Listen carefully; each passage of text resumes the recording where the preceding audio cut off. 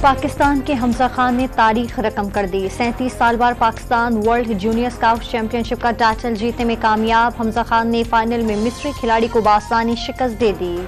خیبر پختونخوا میں بارش کے دوران حادثات میں 4 افراد جاں بحق، 67 گھروں کو جزوی نقصان پہنچا۔ چترال میں ایمرجنسی نافذ کر دی گئی۔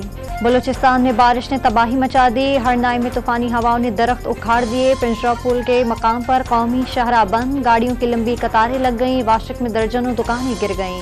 لاہور میں بارش کا سلسلہ رک گیا۔ شہر کے بیشتر سڑکوں پر جمع پانی نکال دیا گیا۔ کینال روڈ پر 3 اور مین بلوارڈ کے سروس روڈ پر پڑنے والا گڑھا پر نہیں ہو سکا۔ کراچی کے مختلف علاقوں میں بوندا باندی۔ محکمہ موسمیات کی آج تیز بارش کی پیش گوئی، سلسلہ کل تک جاری رہنے کا امکان۔ اربن فلڈنگ کے بھی خدشات۔ پنجاب کے دریاؤں میں پانی کی سطح میں مسلسل اضافہ۔ ستلج، راوی اور چناب کی سطح مسلسل بلند ہونے سے پانی آبادیوں میں داخل، فصلیں ڈوب گئیں، رابطہ سڑکیں زیرآب آ گئیں۔ نواز شریف دبئی پہنچ گئے۔ سابق صدر آصف زرداری اور بلاول بھٹو پہلے سے موجود۔ نگراں سیٹ اپ پر مشاورت کا امکان۔ مولانا فضل الرحمان کے تحفظات بھی دور کیے جائیں گے۔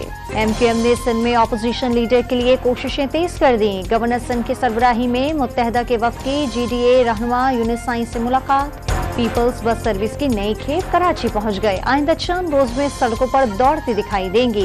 اگست اور اکتوبر کے مہینے میں مزید بسوں کی کھیپ کراچی پہنچے گی۔